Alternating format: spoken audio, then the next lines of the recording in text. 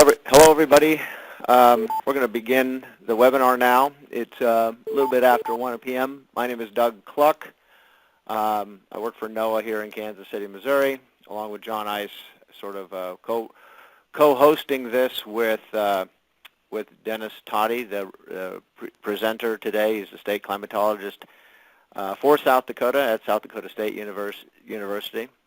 This particular webinar is, as you saw in the maybe in the header, is sort of a special webinar, unlike the usual monthly drought and climate webinars that we hold on basically the third Thursday of every month. This is an extra one that we felt was important to present to you all, and would be sort of focused a little bit more on the Upper Missouri Basin for a number of reasons.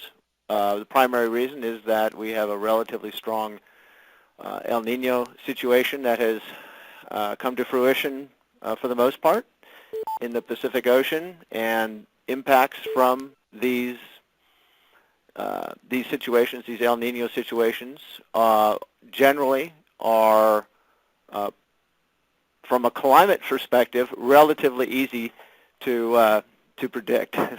That said, there's a lot of caveats to go along with that. So the impacts from this particular El Nino, we won't know for sure what they are until the thing is over, but generally Dennis is going to talk about some of the impacts, especially in the upper Missouri Basin, because that's a part of the region where we have some of the strongest correlations with temperature and precipitation. So we're doing this as a part of several different organizations are part of this, including obviously NOAA. The Corps of Engineers is on the line in case there are questions at the end, as well as the National Drought Mitigation Center, the Association of State Climatologists, the Regional Climate Centers. So this collaboration is coming together to provide you information on hopefully a routine basis, at least on the monthly basis, and sometimes we'll throw in these extra webinars for when the situation merits. If you're wondering when the next one of these very specific webinars will be, that'll be determined later. Right now we're looking at sometime perhaps in October as things shape up a little bit more. So unless there's something, well, I think Dennis will probably fill in all the gaps that I've forgotten to mention, but I'm going to turn it over to Dennis now, and then when he's finished, in maybe a half an hour or so, we will entertain questions from the audience. And to get off of mute, it's I believe it's #6, but again, we'll take questions at the end. Thank you all very much, and Dennis, please take over. Thanks, Doug. I appreciate the introduction. Doug covered the introduction here quite well. This is a special webinar focusing particularly on. To change conference entry-exit announcement options, press 2. To return to participants will be announced when joining and leaving the conference with tone. To select name announce, press 1. To select tone, press 2. To select silence, press 3. Select. Participants will be announced when joining and leaving the conference with silence. To select name announce, press 1. To select tone, press 2. To select silence, press 3. To select name announce and tone, press 4. To return to the previous menu, press star. To change conference entry-exit announcement options, press 2. To return to conference, press star. You will now be placed into conference. To mute your line, press *6. To unmute, press #6. This is part of a regional climate services collaboration among various entities. A good example of working from federal to local levels with a number of different folks, gathering data, presenting information, and delivering that information to people, especially from a decision-making standpoint. Our next regular webinar will be August 15th. That's August 20th. August 20th. Yeah, okay. August 20th, which will be Jim Angel, the Illinois State climatologist. We'll be talking about the new outlooks then and talking more about what we know about El Nino at that point. So our agenda, we're going to touch on some current conditions. We're going to look at some of the impact potential, some composites that we know about from when El Ninos occur. That is part of how we know this, is looking at previous, particularly very strong El Ninos. Our signal is quite strong. And then we'll talk about the outlooks for El Nino and particularly and fall and winter. We probably won't dive into spring too much, because one of the things that we do know out of these is that apparently very strong El Ninos, there can be a quick transition out of it. So by spring, there could be some change in conditions. So right now, we're going to focus on what we can talk about from the fall and winter. Where we are right now, from an El Nino standpoint, the upper left-hand side is a zoomed-in version of what we had before, and showing this very warm pool of water in the eastern equatorial Pacific, ranging over 3 degrees Celsius above average. From a climatology standpoint, indicative of a very significant El Nino. Lower right-hand side, I guess on the left-hand side is, this is Australia here, South America, Central America, Mexico, to get you oriented. On the right-hand side, this is kind of showing you the depth, so that on the left-hand side, you're getting over toward the Australian side, and on the right-hand side, you're near South America, basically showing you the how much warmer than average the water is at some depth. And this is another indicator of how strong this El Nino is, with having very warm water to a significant depth. So this is going to stick with us for a while. NOAA's ENSO alert status is at an El Nino advisory, the potential is here. I'm not sure we reached strong El Nino category yet, but we appear to be headed that way, and that has some significant implications. One other thing to point out here is that's slightly different from what I showed you in the previous El Nino, is this warm pool of water to the north, especially along the west coast of the U.S. That has had an impact on us for several years now, and it could be a small fly in the ointment that we need to keep track of as we go along here. From a probabilistic standpoint, what we're looking at, a little bit of a graph basically showing what are the probabilities of being in an El Nino, which is the red bar, neutral conditions, which is green, or La Nina, the blue, in each 3-month period, looking out for about the next, into spring of 2016. So July, August, September, October, and the bars for each one of those time periods add up to 100. But basically, you can see the red bar is dominating this all the way through the wintertime, even into early spring, such that the predictions are that El Nino is highly likely not only through the winter, but into that early spring time frame, higher than 90% throughout the winter. So very, very high probability, and only a very small probability of reaching neutral. No probability of reaching La Nina conditions in the foreseeable time period. To give you a little perspective on recent El Nino events over time, the scale is years on the bottom here. We can especially the red areas, the taller the red area is, the warmer the anomaly, how strong that El Nino was. You can see some of our previously very strong El Ninos, the two in recent history were the 82-83 one, the 97-98. The comparably strong El Ninos, which we're comparing this one potentially to, and then some other strong ones, which are 86-87 time frame, around 2003, and one here in 2009-2010. You can see we've kind of been hanging on in this warm category for a period of time, and it's finally kicked off here a few months ago. That's really got into the El Nino territory. So it's these two other ones are really that we're really comparing this to, because strong El Ninos do increase the likelihood of issues occurring because of them. Here's our generalized image of what El Nino means for us, and this is over North America during the wintertime. Basically what happens is the southern jet, the subtropical jet, tends to be more active, so the southern part of the U.S. in some form tends to be a bit cooler and wetter. The polar jet is a little bit more confined and shoved off to the north and east, so the northern plains tends to be in this area of warm, kind of between the jets, such that we don't get as many cold outbreaks or not as severe outbreaks, and not as much of an issue for us here, but in the Ohio Valley they tend to be dry during this time period. And that's the generalized image of what we think of El Nino in the wintertime.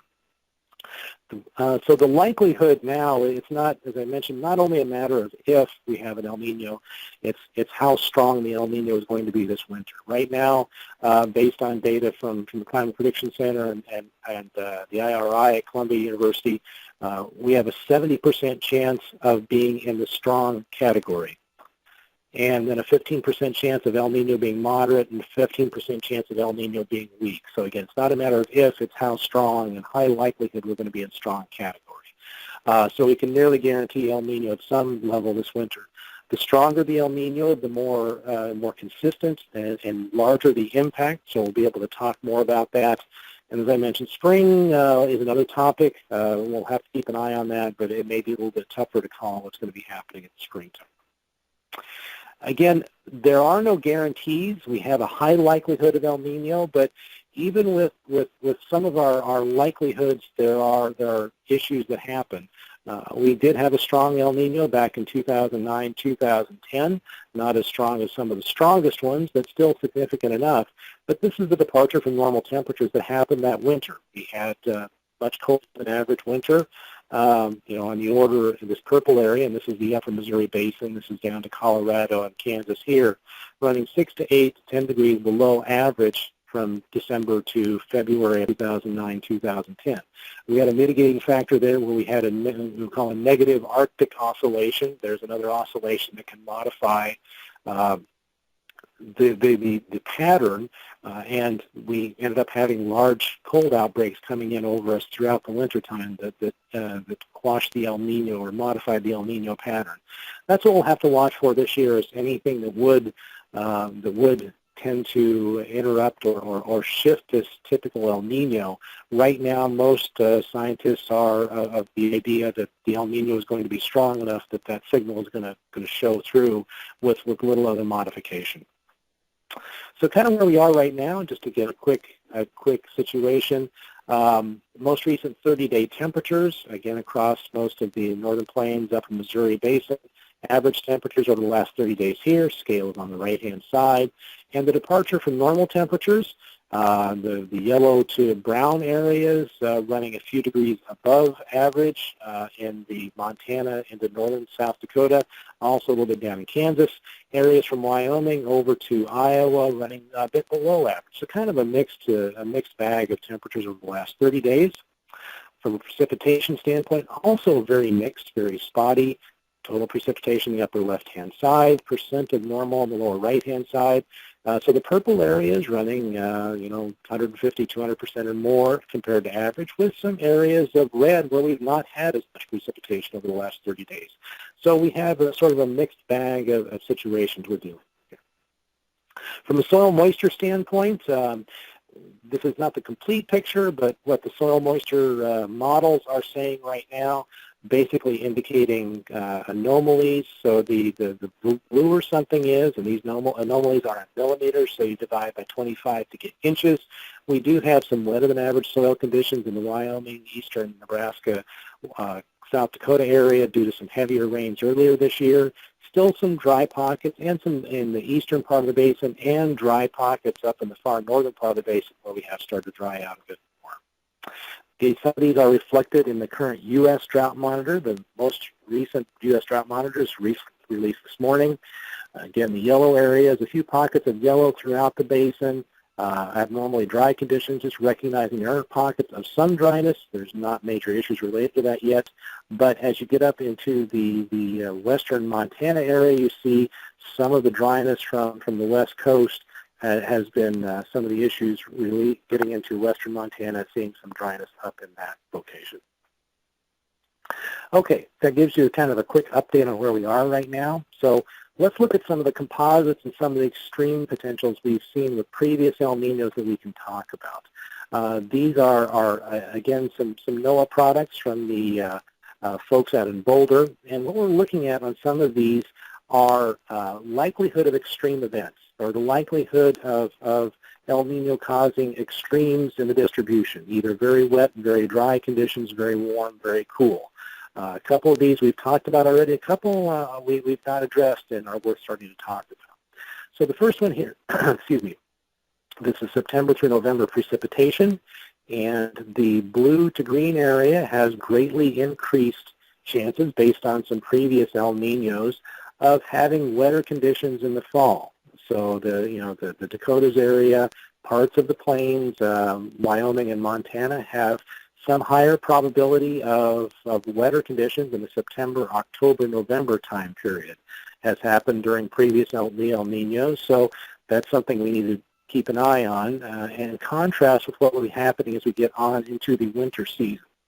This is the September-November temperature, not precipitation. My apologies, this is temperature, not precipitation.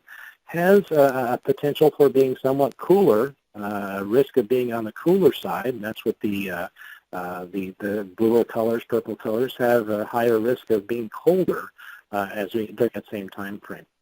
The more traditional ones in the wintertime, the stronger ones we look at, December through February precipitation, has a little bit of a hint or an area of increased precipitation, more in the plains area, but there's a pretty strong contrast from potential for wet to strong potential for dry as we get into the Montana, Wyoming, parts of North Dakota area.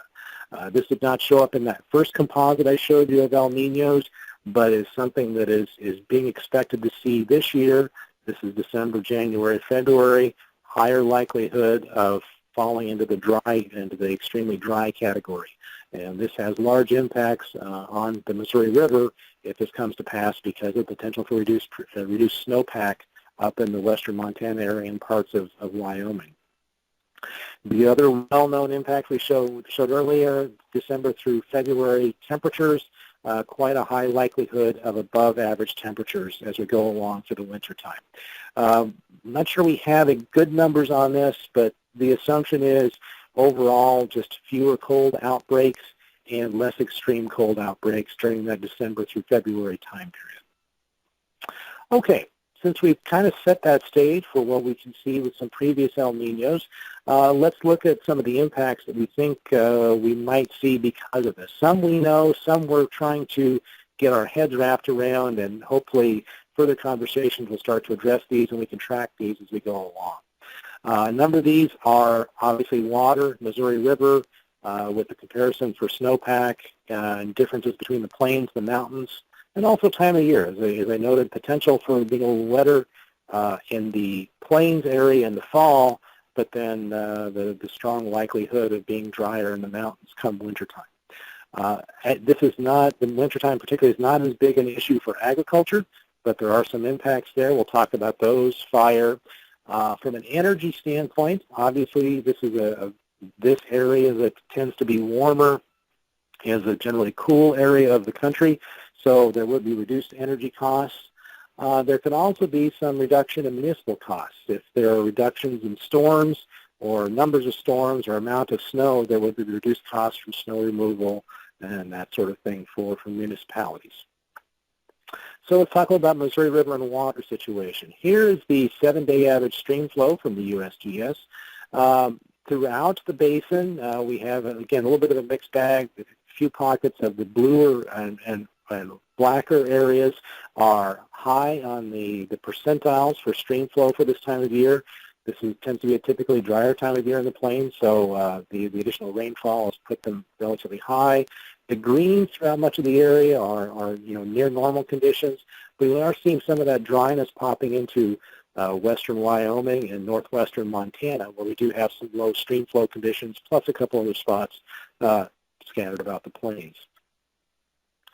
Now, one of the other composites that we do have, and this is from the Climate Prediction Center, is snowfall under El Nino conditions, under different El Nino conditions, and 3-month period, September, October, November, December, 3-month period. You see a pretty consistent message throughout the main part of winter. There is below average snow, snow totals, and probably also snowpack in the plains because of the reduced amount of snowfall more likely. You do see, as you get into the latter part of winter, maybe a shift in the plains or part of that area as the drier area shifts more over towards the Great Lakes.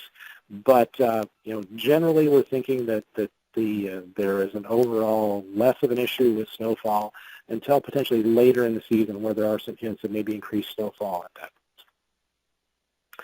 and that is going to be contrasted again with what we're expecting in the mountain areas, contrasting what we're getting in the plains versus what we're getting in the mountains.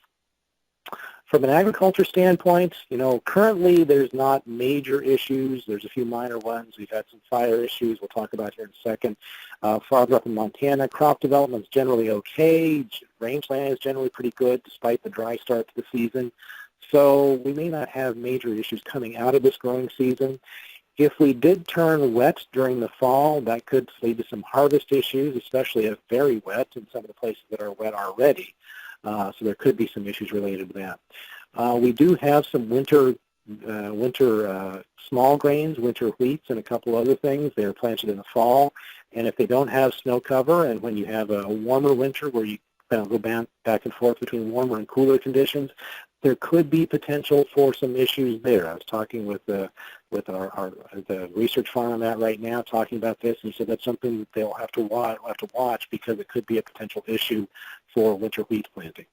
Again, rangeland, there are some potential issues with rangeland depending on how it's used and what they get for snowfall. We'll address more as we go along, and then that spring shift out of El Nino we'll have to be aware of. From a fire standpoint, fire is obviously a very complicated issue. If we were to be dry during the wintertime, there could increase the potential fire issues. That could be mitigated, especially if we were wet in the fall and then turn dry. Less snow, wet fall, all lead to contrasting fire issues. Probably a more open winter in the plains, so that would provide opportunities for more fire occurrences in the plains if that does come to pass, but this is likely going to be very, very location specific. Okay, we talked about kind of what we expect from previous El Niños, some of the potential impacts. So let's look at what the Climate Prediction Center is saying in the way of outlooks and what we can say at this point. We'll talk about the 8 to 14 day and various ones looking ahead through the winter time. So our 8 to 14 day outlook puts us through the middle of August. The blue areas are following along with what we would kind of expect for El Nino conditions, especially in the plains. There are some signals that late summer is cooler and wetter, and that's pretty much what the outlooks are saying going into August, with the blue areas likely cooler than average, going to slow crop development down. Places where it is a little dry, that will reduce some of the stress. A likelihood of above average precipitation still going on due to some monsoonal flow of moisture and just an overall favorable storm track for precipitation in our area. The overall August outlook, which will be updated tomorrow, looks somewhat similar to what we just saw there, and that the upper basin is kind of sandwiched between cool and warm conditions out west, so a little bit different there. Hints of wets with EC equal chances for below and above average. We'll see what the update looks like tomorrow. If we look at the 3-month outlook, let's move on to September to November from a fall standpoint. See a similar pattern, but a couple of differences here. Montana, Wyoming have a higher probability of being warmer than average. Projections with this ridge over the west coast influencing them a little bit more. And by the time you reach November, you start getting more of that El Nino winter impact. The rest of the basin being EC equal chances until the central plains, where we start having a better chance of being cooler than average. From a precipitation standpoint, you see that the Climate Prediction Center holds on to the wetter than average more on the central plains. They don't follow along with what is in the composite I showed you earlier with the potential for more precipitation further north. Let's keep an eye on that one. Some of the computer models that the Climate Prediction Center uses do hint at that wet condition for the fall too. So we'll see what the upcoming outlooks from the Climate Prediction Center do say to see if they follow along and trend towards that. I have a feeling they might trend a little bit more towards the wetter, but we'll see as this time goes along. If we jump ahead to the winter, the December through February 3-month outlook looking extremely El Nino-like. Warm conditions most likely all throughout the upper plains. The further north and the further west you go, the higher likelihood This brown area is a 50% probability of above average temperatures, so quite a high likelihood for above average temperatures. All the indications are, as I mentioned again, this being a very strong El Nino. The signals are quite consistent, and because of that, a higher likelihood of these conditions. You see also a very strong likelihood shown of below average precipitation, 50% probability for below average precipitation during the wintertime. That's about as strong as you tend to see from the CPC, Climate Prediction Center outlook. So they're being quite bullish on this here, and then the Great Lakes, Ohio River Basin, with EC equal chances for below or above average precipitation. So this is really the area that we're focusing on and going to be watching very closely this winter for seeing if this comes to pass. Our most recent drought monitor, or drought outlook, how drought is going to change through October 31st. The only change projected is some yellow development likely as the fall goes along. You noted that fall had a better likelihood of being wetter, so there would likely be not much change towards the worse from a drought standpoint in the fall. We would watch for this more changing in the wintertime. The brown areas indicating likely continuation of drought conditions. So to summarize where we are right now, our El Nino, we have a moderate to strong El Nino currently, and it is continuing to strengthen, so it's likely going to stay with us through the fall and winter. I also would caution people, too, that there are some people like to watch the day-by-day fluctuations in El Nino. Probably it's good to keep focused on a longer-term trend. The strength of the El Nino, depending on the signal you use, will vary from day to day and week to week, and probably should keep an eye on a longer-term look at that. There are some current impacts. We do think that some of the things that we're seeing right now are El Nino related, maybe not all of them, but some of them are El Nino related, and we're very likely to have I would almost say a significant impact on winter across the nation. This is a time period where we have some ability to look ahead and say, here's what's likely to happen. Currently, mixed temperature and precipitation from a current condition standpoint. Some drought in western Montana, the far part of the basin. Generally, ag conditions, there's no major problems right now. From an outlook standpoint, weather conditions, I would say, are more likely in the fall. Central to southern plains in the CPC outlooks. Composites in the computer model tend that might even be more likely in the northern plains. We'll see how that pans out. The winter is more likely to be warmer than average, especially northern area of the basin, quite strong.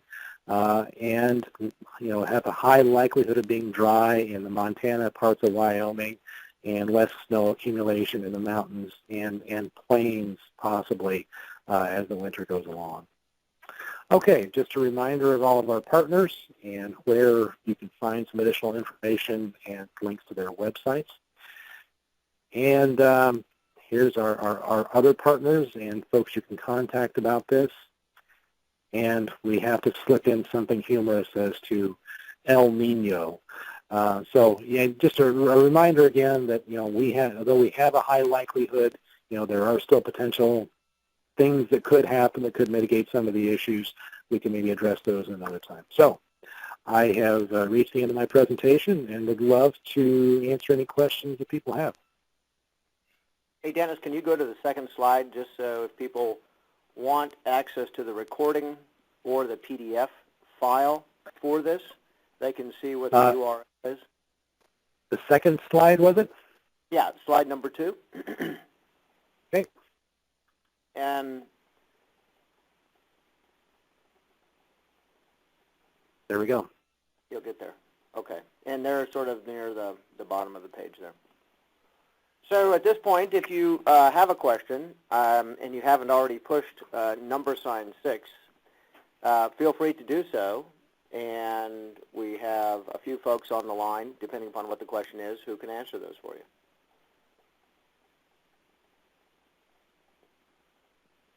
Good afternoon, everyone. This is Bryce Anderson. Can you hear me okay? Yep, Bryce, go right ahead. Okay. Dennis, Doug, John, very interesting as always. And I wanted to ask Dennis when you mentioned about the potential for temperatures during the fall season to be below average over the Midwest, or over the region, I should say. How does that play into a possibility for frost potential to be earlier than average? Have any thoughts on that? We did have a brief conversation about that this morning. We probably need to look at it a little bit more, but an initial look by another of our colleagues indicated recently there's no specific indication towards early freeze conditions. And do also note that the composites I showed where we're talking about potential for extremes, they're not necessarily reflected in the outlooks right now. So I don't want to scare people from that standpoint. There is potential for, especially if we were wet, we would probably have a tendency to be a little bit cooler. But especially from a frost-free standpoint, we don't see anything that would say we're more likely to have that right now. Okay.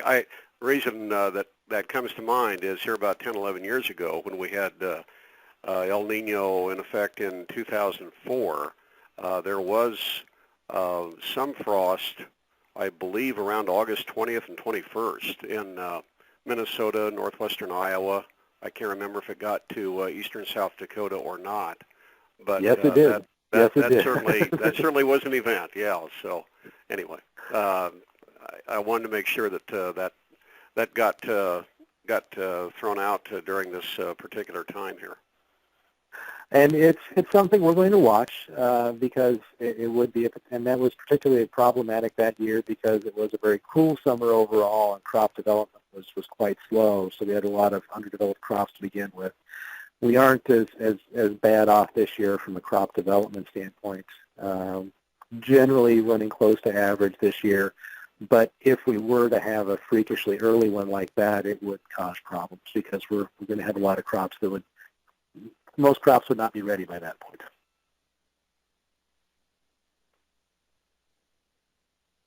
Okay, thanks. Thanks, Bryce. Okay. Any other questions or comments anybody would like to make? We'd also like to get any feedback you possibly would have on the usefulness of this. You can email either Dennis or myself or John. Any of those emails was fine, and just sort of give us a clue whether this was helpful or not. We're also trying to figure out how often we need to do these specials, so feedback on the frequency of these. As long as you don't say every day, we'll be happy with the feedback. Any other questions or comments? Thank you, guys. Well, hey, wait a minute. Guys, can I ask one more, please? Yeah, you bet. Yeah. I know this is out of the purview, but since you fellows are here, I've got to ask. Do you have any thoughts? I know you've talked about things out in California and up in the Northwest. Have you had any indication from your colleagues about what their thoughts are regarding getting any sort of drought relief going out there? Is this Bryce again, by the way? Yes, it is, Doug. Okay, I'm sorry. No, Dennis, no problem. I don't. You can answer it, or someone else can. I've talked with their state climatologist, and he continues to try to caution people that even with the strength of the El Nino, there's going to be optimism, but it's not going to be a panacea and replace anything. It's not going to fix the whole situation. Certainly they have a lot of capacity to take a lot of snow melt, and they would love to have that this year. But, we can't go in saying, California is going to be fixed. That is, as I mentioned earlier, one of those potential things that is just hanging out there is that warmth that has been off the coast of California that has been part of the contributor to that ridge that's been parked over them for a long period of time. Could that mess with what we see with the typical El Nino signal? So far, the response we've seen from a number of people says, no, this El Nino is going to be strong enough. It should not be an issue. I think it's worth keeping an eye on just to keep an eye on it. Let's put it that way. Okay, could I ask again on that particular subject, I believe you're talking about a positive PDO, right, Dennis? Well, that's going on out there, kind of. Well, there's the PDO, but there's also just the warm blob of, for lack of a better word, the warm blob that has been posted, that's been parked over the west coast, off the west coast of the U.S. for the last several years, too. Partially PDO related, partially just warm water that's been there. In 1997 and 98, was that part of the ocean there off of Baja and so forth as warm as it is now? I think it was not, but what is your opinion on that? I don't think it's as warm as it is now, and this topic has come up from a couple people as this is something that looks different from 97, 98. So, not saying this is going to change the outcome, but it's something that's worth watching. And for those of you who look at the official predictions, the Climate Prediction Center outlooks, and you say, oh, well, 40% or 50%, what kind of prediction is that? Really what that is saying is where you see 40 or greater percent or 50 or greater percent, that's a fairly strong indication, believe it or not, that the temperatures or precipitation, whatever you happen to be seeing, is going to be either at or, let's say, above normal for that particular category. So if it's precipitation and it says 50%, you can add another 33% to that, believe it or not, and I hate to get into these weeds, but I'll just say it. There's an 83% chance that that area will be at least average and most likely warmer than normal. Okay, so I know that's a technicality, but I just wanted to allay any sort of wonderings about what good is a 50-50 forecast, because it's not truly a 50-50 forecast. Hey, Dennis, Yep. Can you hear me? Yeah, go ahead. Yeah, this is Denise Jensen. I'm with the Winnebago tribe, and I understand the cores are on. I was just wondering how or if they're even preparing for the potential decrease in the snowpack in the upper main stem of the Missouri River, and how that might hold back, maybe holding back the water in the reservoirs, and how that might affect us further downstream or downriver. So Let's just come that's around into the springtime, and the spring pulse or lack of navigation and all those things. Yeah, that's a great question, and we sort of anticipated someone asking that, and so I guess we'll ask our friends at the Corps to help address that, please.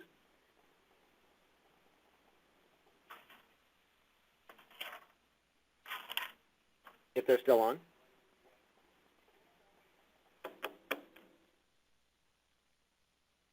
I guess they're not, but so, or you're muted. Can you hear us now? Oh, there you are. Go Yes, ahead. thank you. Sorry. Okay, sorry we were on mute. So this is Jody Farhat with the Missouri River Basin Water Management Office with the Corps. This year our runoff is slightly above normal, so we are providing full service navigation and may have a little bit of flood water to evacuate later in the season, but not much. And so we'll start next runoff season at the base of the annual flood control zone, so with the full conservation storage available and also the full flood control storage available. So if we get a dry year, usually the first dry year, we won't see any impacts or significant impacts to any of our authorized purposes. Sometimes by the second year we start seeing a reduction in navigation service and some of the other lowering of the upper three reservoirs, and we'll begin to see impacts. But usually the first year has very few impacts. Did that answer the question? Yes, it did. And I guess this is something we'll just kind of have to continually take day by day as we monitor and we go through We know weather can sometimes be unpredictable no matter how much we try to predict it. So it's just kind of nice to know what to anticipate, into the springtime and, and not agricultural, irrigation. I know a lot of farmers in our areas, they have the groundwater, of course, the base flow, and all those things that fit into the picture. It's kind of nice to know what to expect. And I would say that's really the purpose for why we're trying to do this, so that we start raising the level of discussion, not shooting off any fireworks and, hey, this is what it's going to be and it's going to be really bad, but to talk about what the potentials are right now so that everyone knows where we are and we're on the same page and understanding what the potentials are. So as conditions change, we can update conditions and update the potentials for issues. Thank you. Bryce, this is John Eyes, and Hi, John. regarding your question about the sea surface temperatures, Yes. we didn't have nearly as warm of temperatures off the California coast in late '97 and early '98 as we do right now. So it was quite a bit different in the sea surface temperatures in that area. Actually, it was a little bit cooler than normal for part of that time there. But towards the end of the El Nino, there was a lot of colder water in the northern Pacific. But in general, there was a bit of a positive PDO at that time too. Okay, but again, that water area, around San Diego and so forth, in that part of the ocean, that was quite a bit cooler than we are seeing now during this El Nino. Yeah, in relative terms, it sure was. Yes. Yeah. Mm-hmm. Okay. Well, thank you for that detail. I really appreciate that. Oh, you're welcome. Mm-hmm. Okay. Any other questions or comments? Yes, this is Stuart Moss calling. Can you hear me, gentlemen? Stuart, please go ahead. Yes. For Jody, some weeks ago you were saying that you were about 30 to 35% into the flood zone on the 6 reservoirs. What is the status as of your most recent checks? System storage has started to decline. I think we're down at around 61.5 million acre-feet. I think that puts us at about 33% of the flood control storage.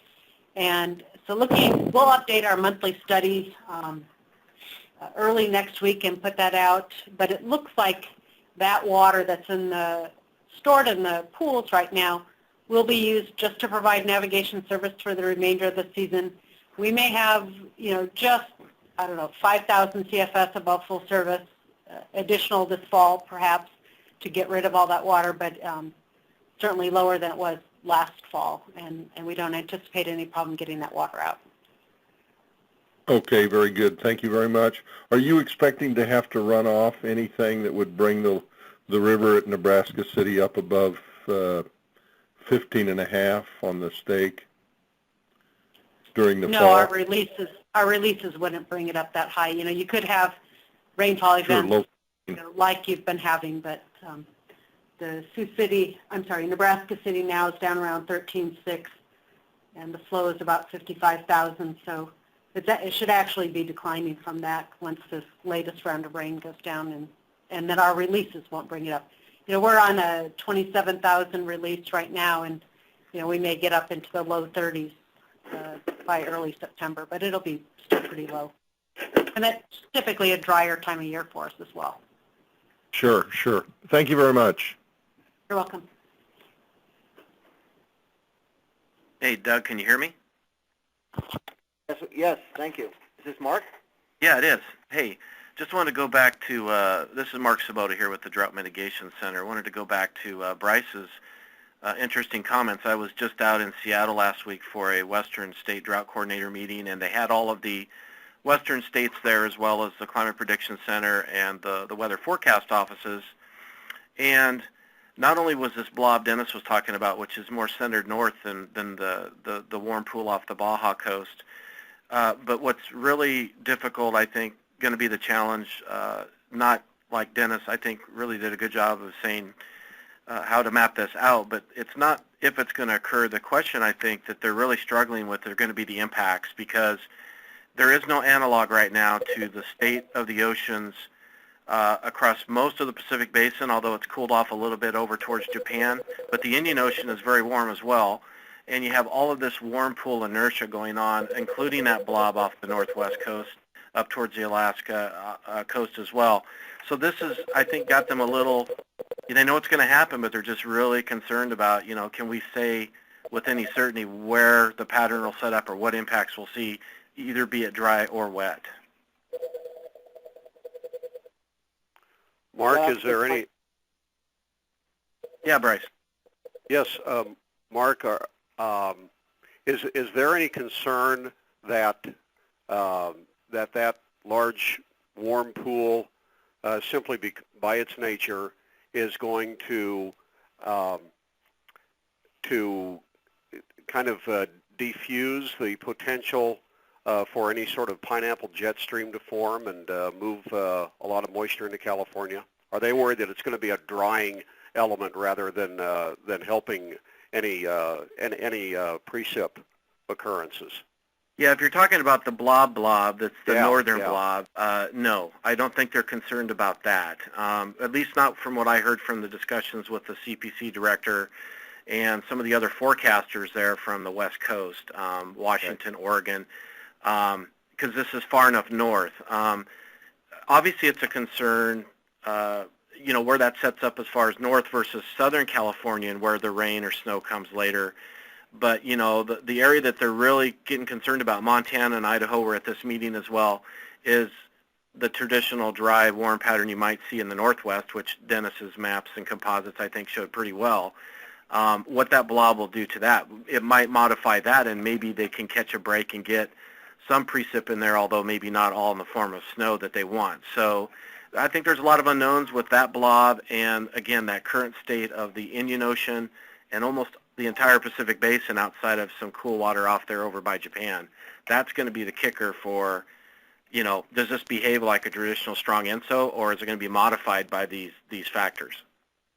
It should be real interesting to see how it plays out. Oh, yeah. Yeah. Well, thank you. Yeah, normally the case is that the El Nino strength will overwhelm a lot of sort of local and regional issues, but as Mark and others say, this year is a bit of a twist. Almost every time it is a bit of a twist, to be honest with you. There's always something a little bit different. Thus, where those Pineapple Express rivers, if you will, of moisture hit North America varies north to south, and it may vary by season. It may not. It may hit the same place over and over again. That is the, trillion-dollar question for those folks who live there, to be honest.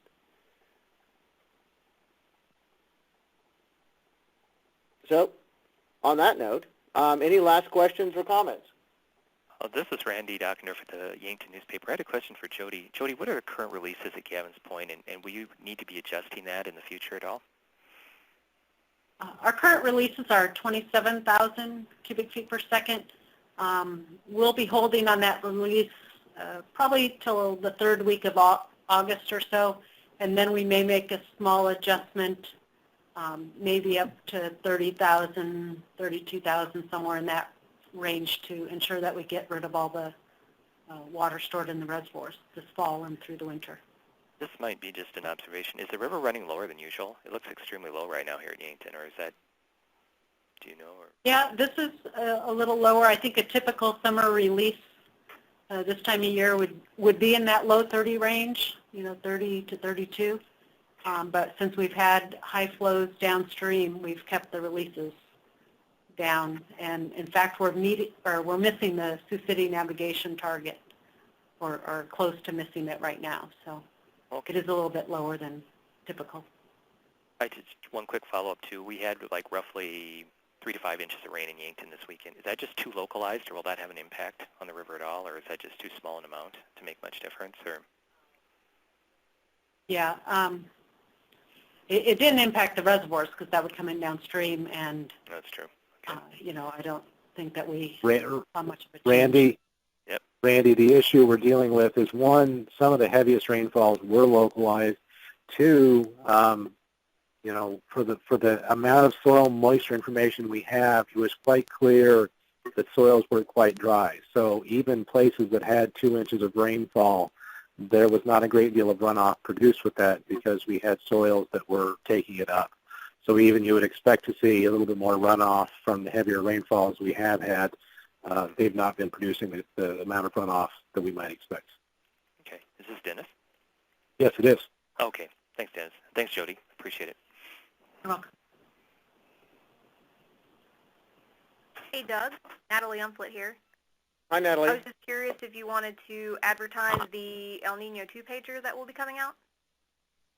Oh, yeah, thank you. As Natalie is the editor of such a new 2-pager, we'll be sending this out through the usual channels that I sent this webinar information out. We're going to sort of shape like we did last year, shape something that sort of explains at sort of a very high level, executive summary of what this means for an El Nino in the Missouri Basin. So we hope that not only you read it, but you take it and share it with many others. So look for that. It's going to be a fairly short and hopefully descriptive summary of a lot of the things we talked about today.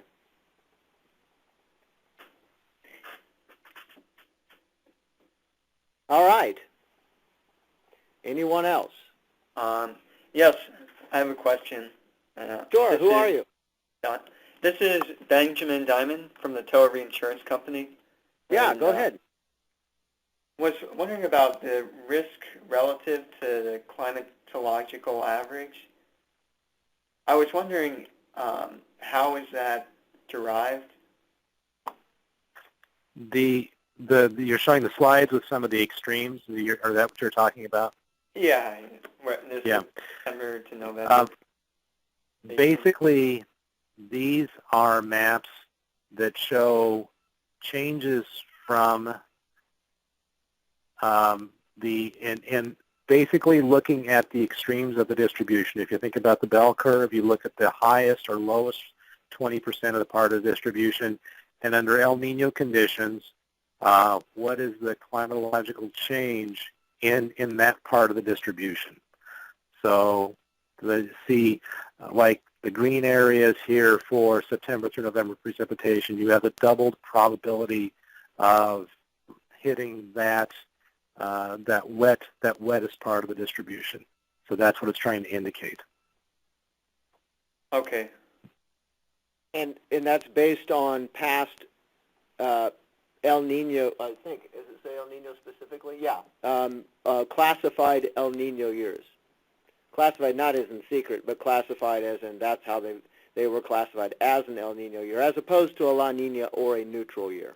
Okay? Okay. So that combines all shapes and sizes of El Ninos. Believe it or not, no two are alike.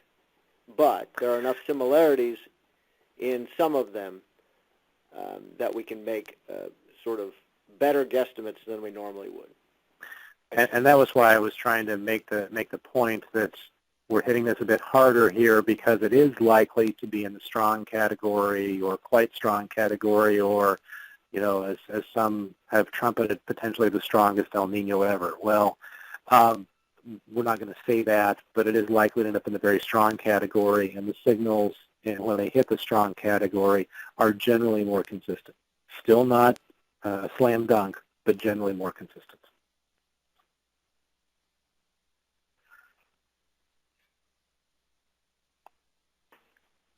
Well, Dennis, can I ask one last question then? Is southeast South Dakota, northeast Nebraska pretty much moved out of the drought situation now, or dry conditions with the recent moisture?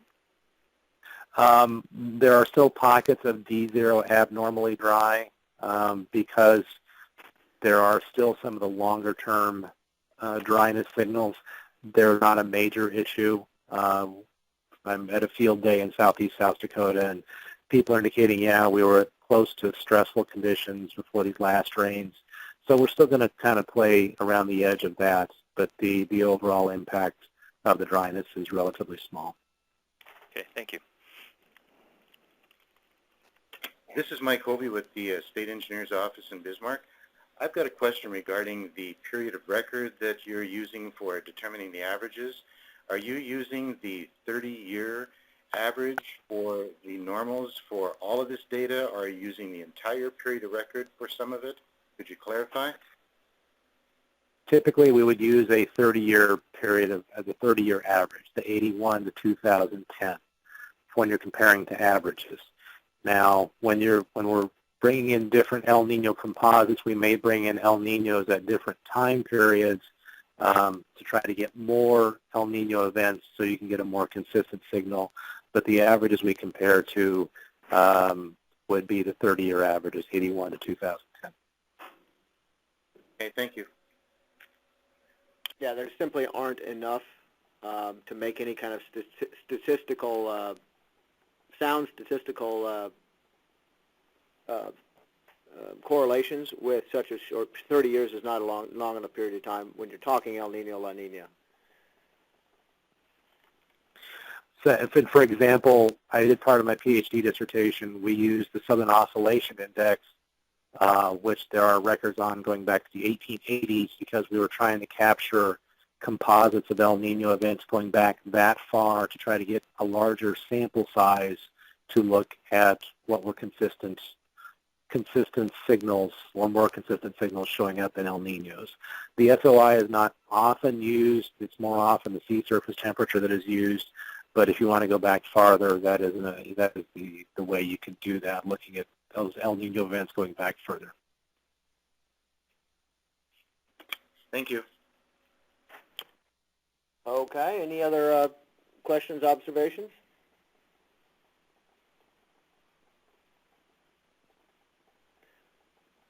Well, I want to thank Dennis. I want to thank the Corps of Engineers, Mark, and all the other folks who added to the conversation and asked the great questions. We will, like I said, we'll have the next sort of north-central U.S. call webinar on August 20th, not the 15th, like this presentation says, at 1 p.m. on that Thursday. And whether we have another directed one towards the Upper Basin, we'll take that into consideration and listen for your advice on that as well. So thank you all very, very much. This is a very good call, and we'll talk to you the next time.